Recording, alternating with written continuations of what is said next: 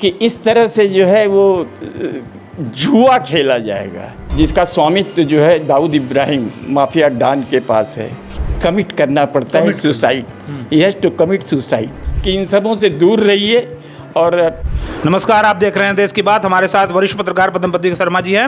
इस समय जो मामला सबसे चर्चा में है, बेटिंग कंपनियां और पोकर, लूडो वगैरह जितने भी थे, जुआ, जितने भी तरीके की कंपनियां थी, उसको बैन कर दिया गया है सरकार के द्वारा।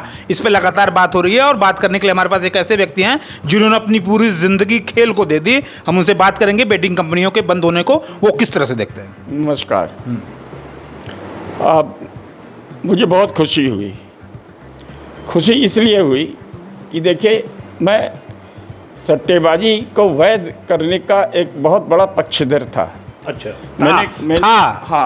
मैंने कभी कहा था कि देखिए, जब रेस होती है, तमाम और तरह के खेल होते हैं, कैसीनो होते हैं, वहाँ भी आपने अलाउ कर रखा है, तो सट्टेबाजी को अगर अलाउ कर दें और 30% सरकार उसमें जो आय हो, जिसको भी आय हो, उसके 30% काट करके और उसका पेमेंट करे, तो भारत माला माल इसलिए होगा कि वो एक खेलों में फंड जाएगा और उसका लाभ किसको मिलेगा? खिलाड़ियों को मिलेगा।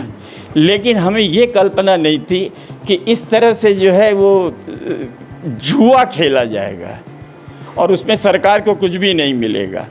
आप ये देखिए।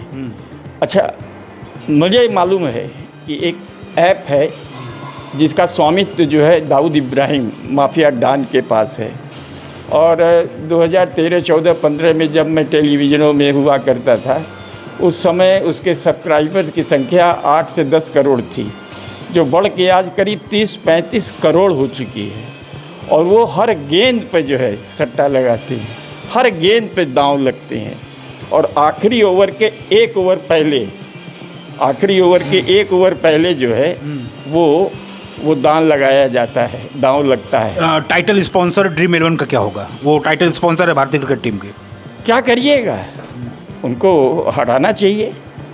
सुप्रीम कोर्ट ने भी एक वर्डिक्ट में आता है कि गेम ऑफ स्किल्स को ऑन रहने दीजिए, गेम ऑफ चांस जो रिस्क है उसे बंद कर दीजिए। तो ड्रीम 11 ने हवाला, इसका फायदा भी सभी कंपनी ने उठाया, और गेम ऑफ स्किल का नाम लेकर के my circle 11, Sachin Tendulkar cricket god of cricket कहे जाते हैं, वो भी प्रचार करते हुए देखिए। धोनी प्रचार करते हुए, सारे खिलाड़ी, रोहित शर्मा को देख लीजिए, सौरव गांगुली। तो इसे पद्मपति शर्मा किस तरह देखते हैं? हम इसको बहुत अच्छी तरह से नहीं देखते। मैं एक बात जानता हूँ कि इससे हुआ क्या है। लगभग 45 करोड़ लोग इससे जुड़े हुए हैं देश के, लेकिन उसमें हो क्या रहा है कि छोटे छोटे बच्चे, अच्छा, उसमें फंसाया जाता है। पहले क्या होता है कि आपको एक आध दो को जीता हुआ दिखाते हैं, आदमी उस लालच में आ जाता है और दांव लगाना शुरू करता है। उसके बाद सब कुछ उसका चला जाता है, और नतीजा क्या निकलता है कि अंत में उसे कमिट करना पड़ता है suicide, he has to commit suicide. उसे आत्महत्या करनी पड़ती है। और इस तरह के कम से कम मैं समझता हूँ कि लाखों उदाहरण आ चुके हैं।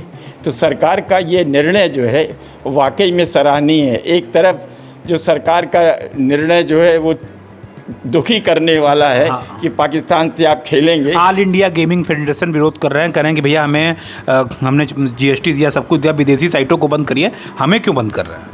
नहीं, क्यों नहीं करेंगे, क्यों नहीं करेंगे?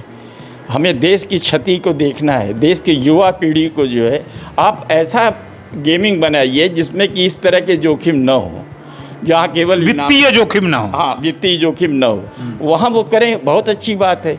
लेकिन आप इस तरह से कर रहे हैं, दांव लगाइए, ये लगाइए और आपको ये मिलेगा, वो मिलेगा, तो ये तो भाई हमें समझता हूँ कि युवा पीढ़ी के संग बड़ा घोर अन्याय। आखिरी सवाल, युवाओं को क्या संदेश देंगे जो इस गेम की लत के शिकार है? क्या करिएगा? आप हाथ जोड़ता हूँ मैं उनसे कि इन सबों से दूर रहिए, और अगर आप में हिम्मत है, ताकत है, तो आप अपने बल पे, अपने पौरुष पे कमाई कीजिए। ये शॉर्टकट जो है ना, आमदनी का शॉर्टकट जरिया जो है, इससे सिर्फ कंपनियों को फायदा है, आपको फायदा नहीं है। अच्छा। और आप सोचते हैं कि बड़े आसान मनी हमको मिल जाएगी, तो ऐसा नहीं होने वाला है। अंत में लूज़र जो है दांव लगाने वाला होता है, दांव खाने वाला नहीं होता। याद। तो ये थे हमारे साथ पद्मपति शर्मा जी, देश की बात के लिए। जितेंद्र यादव, धन्यवाद।